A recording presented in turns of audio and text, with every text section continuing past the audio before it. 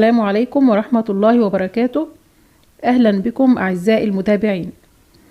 سوف نقوم اليوم بتفسير رؤية الماء في المنام بكافة أشكاله وصوره ورمزية ظهور الماء في المنام، وذلك كما جاء عند العلماء والمفسرين وعلى رأسهم الإمام ابن سيرين.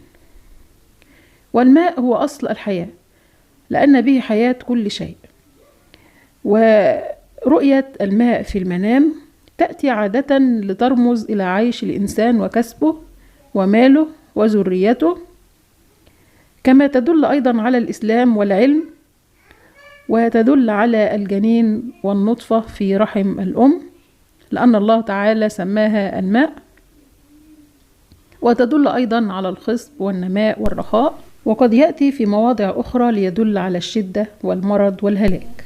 والماء الصافي في المنام خير من الماء العكر، والماء العذب خير من المالح، كذلك الماء الجاري خير من الراكد، بشرط أن يكون جريان الماء طبيعي وليس سيول أو أمواج هادرة تدخل الدور وتهدم البيوت. ويدل الماء الصافي على المنافع بصفة عامة، على الأرزاق والأموال والذرية، كما يدل على بسط العدل ورخص الأسعار وعلى السلامة والأمن من الأعداء. وكل رؤية الماء الصافي تدل على أمور طيبة. والماء الكدر والماء المر كلاهما يدل على شدة العيش وعلى الهموم والأمراض. أما الماء الراكد فهو كساد ومصالح معطلة. والماء الجاري يدل على الخير والزيادة وجريان الأرزاق ونمو التجارة، فإن تحول جريان الماء إلى سيول تدخل على الدور وتهدم وتخرب المساكن، دل ذلك على حدوث بلاء وشدة وأمراض أو جائحة عامة تصيب أهل ذلك المكان. والماء المالح غم وهم، والماء النتن مال حرام. أما الماء الأصفر فشربه مرض. والماء الأسود لا خير فيه وشربه ذهاب للبصر. كذلك زبد الماء في المنام مال سريع الزوال لا خير فيه. ورؤية غور الماء وقلته في المنام سواء في البحر أو النهر أو البئر يرمز إلى الزوال، زوال الصحة أو زوال النعمة أو العمر، أو يدل على العزل من المنصب أو الوظيفة. أما رؤية الشخص أنه يبسط يده في الماء فمعناه أنه سوف يكون في يده أموال يتصرف فيها كيفما شاء. كذلك رؤية صب الماء تدل على إنفاق المال. ورؤية الوضوء بالماء محمودة على أي وجه كانت في المنام. كذلك رؤية الاغتسال بالماء البارد محمودة وتدل على التوبة من المعاصي وعلى الأمن والخروج من الحبس أو سداد الديون، وتدل على الشفاء للمريض. ونأتي إلى تفسير رؤية شرب الماء في المنام. أولا، شرب الماء الصافي في المنام كله يدل على الخير والمنافع، فمن رأى أنه شرب ماء كثير عذب وصافي طال عمره وحسن عيشه، أو نال رزق بطريقة سهلة. فإن شربه من البحر جاءه ذلك الرزق من رئيس أو رجل صاحب منصب كبير، أو حصل على علم من عالم كبير ذو هيبة وجلالة في منزلة البحر.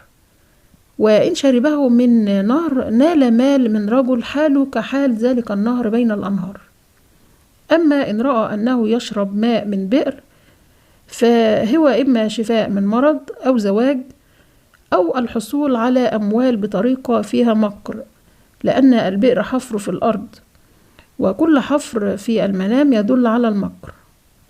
وهذه الرؤية لغير المسلم تدل على الدخول في الإسلام، ويكون شربه للماء هنا دخوله في الإسلام. فإن كان الماء صافي وعذب ولكن دخل عليه ما يعكره أو شربه من أشخاص لا يدينون بالإسلام أو غير صالحين، ففي هذه الحالة يكون معنى الماء في الرؤية مال دخل فيه شبهة الحرام. أما رؤية سقيا الزرع وري النباتات بالماء في المنام فجريان الماء عموما في أماكن إنبات الزروع بشارة بالخير والخصب والنماء والخير القادم إن شاء الله. فمن رأى نفسه يسقي زرعا في بستان نال مالا عن طريق زوجته، فإن نبت الزرع وأخرج الثمار فإنه ينجب منها الأبناء.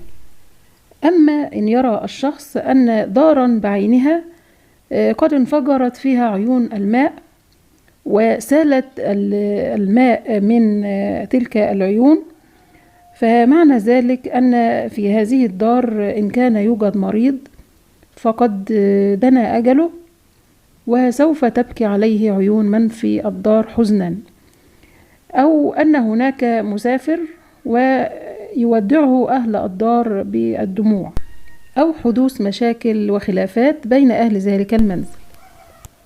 أما رؤية الماء في الوعاء فهو رمز إلى الولد أو الذرية، وكذلك إلى الزوجة، فالوعاء هنا يرمز إلى الزوجة، أما الماء الذي في الوعاء فهو يرمز إلى الولد. فمن أعطي ماء صافي في وعاء جاءه خير ومنفعة من قبل الزوجة أو الأبناء. أما إن كان الماء مالح أو كدر أو به أي شوائب فذلك عسر وتعب وشربه لا خير فيه. كما يرمز الماء في الوعاء إلى الحمل، والماء هو الجنين والوعاء هو المرأة الحامل، فإن انسكب الماء سقط الحمل، وإن انكسر الوعاء ماتت المرأة، وإن لم يحدث شيء لهما اكتمل الحمل وأنجبت المرأة بسلام. ومن رأى أنه يشرب ماء كثير على غير العادة فإن عمره يطول ويأمن من الأعداء. ومضغ الماء أثناء الشرب شدة في المعيشة. أما من ألقي به في ماء صافي أصابه سرور فجأة، فإن كان الماء ساخن أصيب بالغم.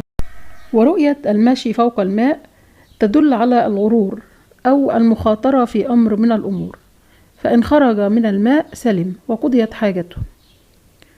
هذا والله تعالى أعلى وأعلم، والسلام عليكم ورحمة الله وبركاته.